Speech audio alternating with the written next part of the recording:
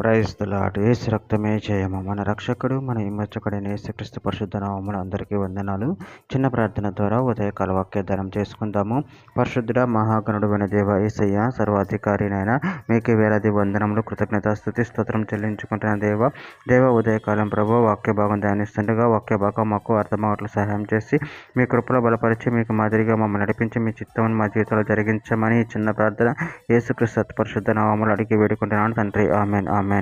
కీర్తన గ్రంథం 104వ అధ్యాయం 33వ వచనము. నా జీవితకాలం అంతా నేను యెహోవాకు కీర్తనలు పాడేదను, నేనున్నంత కాలము నా దేవుని కీర్తించేదను. ఆమెన్. దేవుడి వాక్య భాగం దీవించును గాక. ప్రభునందు ప్రియులారా, ఇక్కడ వాక్య భాగంలో గమనించినట్లయితే, నా జీవితకాలం అంతా నేను యెహోవాకు కీర్తనలు పాడేదను, నేను ఉన్నంత కాలము నా దేవుని కీర్తించేదను.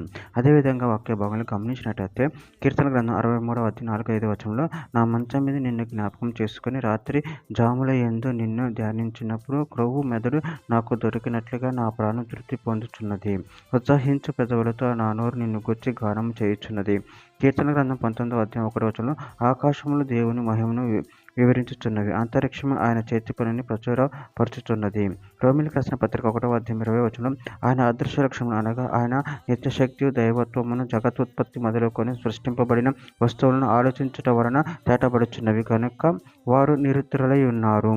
కీర్తన గ్రంథం 145వ అధ్యాయం 1-2 వచనాలు, రాజువైన నా దేవ నిన్ను గణపరచెదను, నీ నామము నిత్యము సన్నుతించెదను, అనుదినము నేను నిన్ను స్తుతించెదను, నిత్యము నీ నామమును స్తుతించెదను. కీర్తన గ్రంథం 146వ అధ్యాయం 2వ వచనం, నా జీవితకాలమంతా నేను యెహోవాను స్తుతించెదను, నేను బ్రతుకు కాలమంతా నా దేవుని కీర్తించెదను. మలాకీ గ్రంథం 3వ అధ్యాయం 16వ వచనం, అప్పుడు యెహోవా యందు భయభక్తులు గలవారు ఒకరితో ఒకరు మాట్లాడుకొనుచుంటూ యెహోవా చెవియొగ్గి ఆలకించును, మరియు యెహోవా యందు భయభక్తులు కలిగి ఆయన నామమును స్మరించుచు ఉండు వారికి జ్ఞాపకార్థముగా ఒక గ్రంథము ఆయన సముఖమందు రాయబడిను. కీర్తన గ్రంథం 86వ అధ్యాయం 12వ వచనం, నా పూర్ణ హృదయంతో నేను నీకు కృతజ్ఞతాస్తుతులు చెల్లించెదను, నీ నామము నిత్యము మహిమపరిచెదను.